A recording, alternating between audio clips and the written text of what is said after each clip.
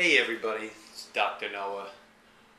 I wanted to talk to you a little bit about chiropractic philosophy today. And I don't think I've ever read something to you before, but last week a patient of mine who's a homeopath brought in a book because he knows that Dr. Mike and I, through chiropractic and some specific exercises, deal with kids with ADD and ADHD.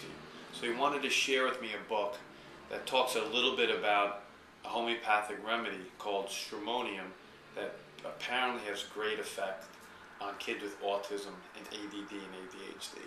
And I was skimming through the book and I found a short passage that sounded so much like chiropractic. I wanted to read it and then explain to you a little bit more chiropractically where it means and how I think it fits in. Watching the drama of the vital force, I thought about how we come into the world with a body and spirit and our vital force. It animates us and in a sense is us, but the health of this vital force will vary from person to person.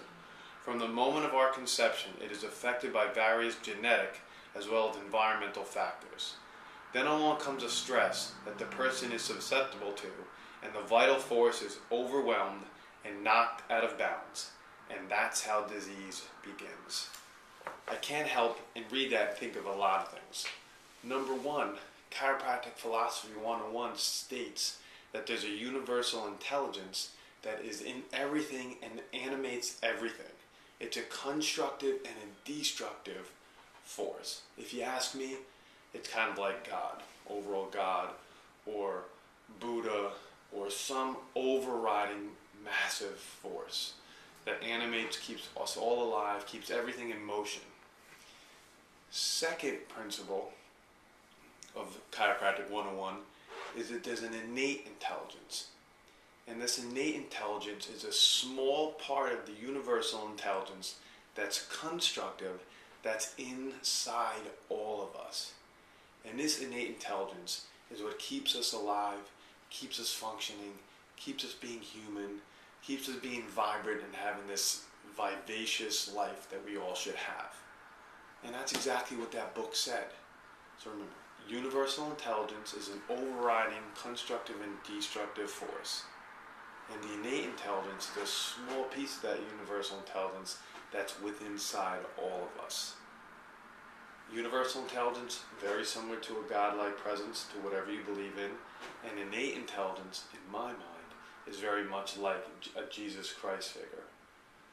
So I thought it was very interesting that a homeopathic book had similar sayings and similar statements, but you can see that this same philosophy of an innate intelligence, that the body has the ability, the innate ability to heal and function if given the raw materials, if given a properly functioning nervous system, and free of potentially harmful stresses, we're all made to heal. And you see this in all the traditional arts.